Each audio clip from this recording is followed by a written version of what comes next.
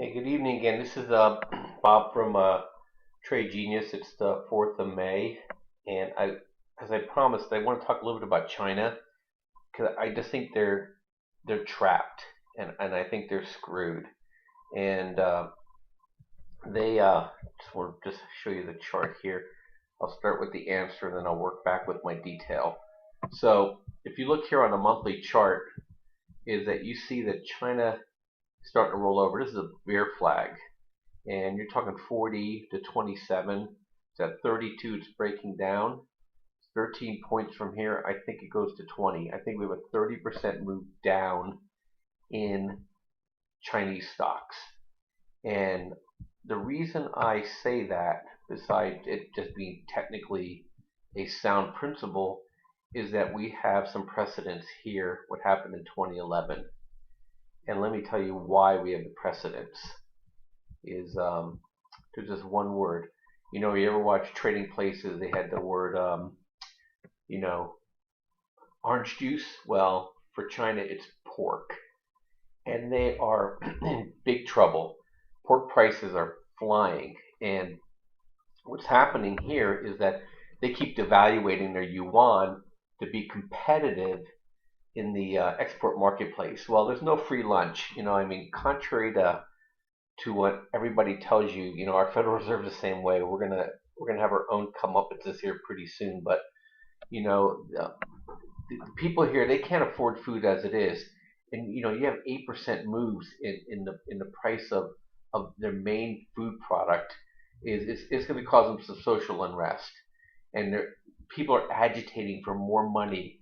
And China's only claim to fame, other than stealing technology, is their labor rates. Well, their people can't afford to live, and they can't afford to eat because of the price of homes, rents, and food.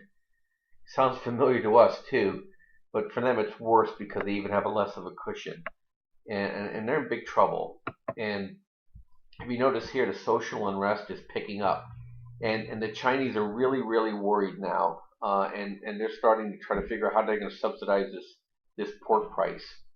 And look at the imports here. So they are right now, the Chinese are dramatically increasing their pork imports.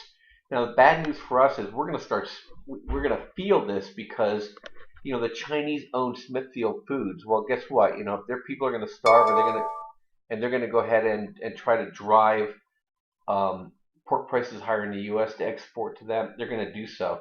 So we're going to probably feel some of this inflation ourselves. And on top of it all, in 2011 and 2016 were both La Nina years.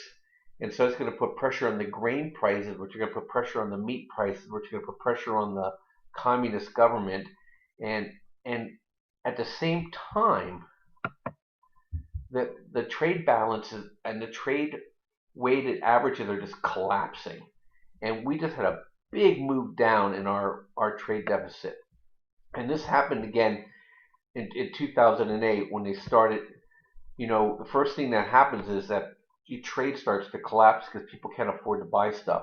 Well, China obviously is a mercantilistic society, and they survive on their exports. Well, they're going to have a problem here because they're going to have to make their yuan rise in value to be able to afford importing food, but that hurts their exporters. So they're going to have some really, Hobbesian choices here of basically profitless companies, which are already under a lot of stress because of the bank debts or their people starving.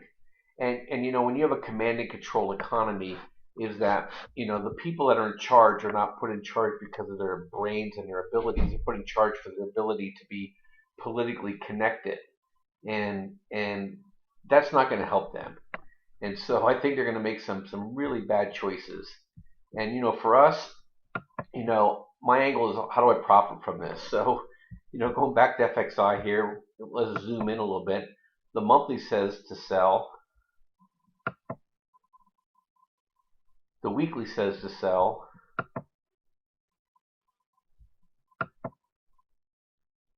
The daily said we're already selling, and it's still good to sell. And just from a really fine point here is that we're probably pushed down pretty good here, so we probably want a little relief rally happen, let it fail, and then roll over. So you have a couple choices. You can short FXI, or you can buy FXI puts. You can buy FXP. It would help if I press the right buttons here. Here we go.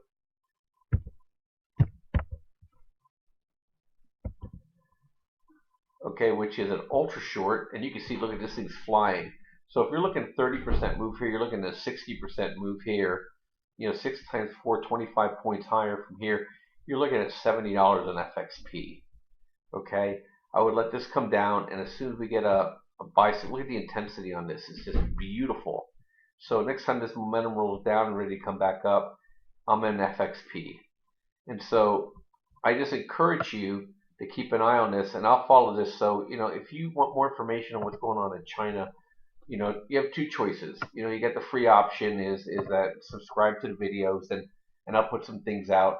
And if you want to have actual trade signals, just go ahead and sign up for our service, and we'll be happy to let you know when it's a good time to get back into FXP or to short FXI.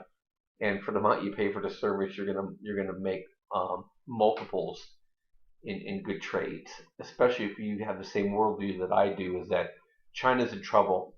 And when China gets in trouble, the corollary is our markets aren't immune from it either. So 2011 is, if you notice, we had the flash crash, and a lot of it had to do with the pressure put on food prices. And the Federal Reserve, they don't know how to deal with that, because they want to have their cake and eat it too. But when food prices push up, it limits their ability to devalue. And so I would keep an eye on this. But we're going to make some money here in China. And thank you for listening, and have a great night.